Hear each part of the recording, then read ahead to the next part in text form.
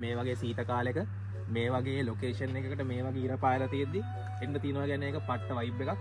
එන්න මාත් එක්ක යන් ඇතුළ බලමු. මේක තමයි පොට් එක. මේක තමයි පොඩ් එක. පොට් එකයි පොට් එක කියන්නේ පොඩ් එක. මම පොට් එක කියලා කියනවා.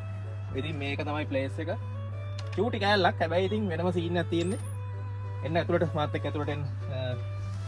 මෙන්න මේ විදියට බෙඩ් එක තියෙනවා. වුඩ් වලින් ගහලා තියෙන්නේ කොටේජ් එක වගේ. මේ නියමට ලෑස්ති කරලා තියෙනවා යාලා අපිට.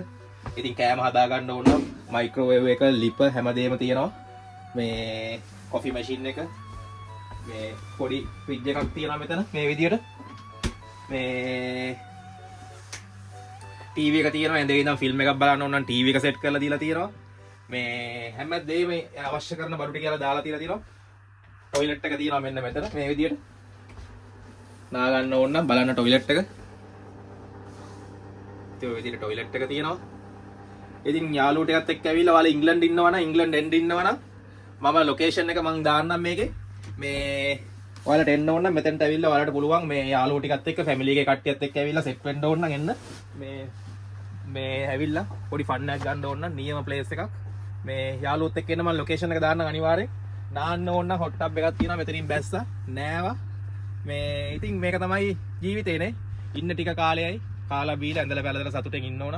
එන්ජොයි කරන්න. ඉංග්ලන්ඩ් ඉන්නවා නම් ඔයාලා අනිවාර්යෙන් මෙතනට එන්න.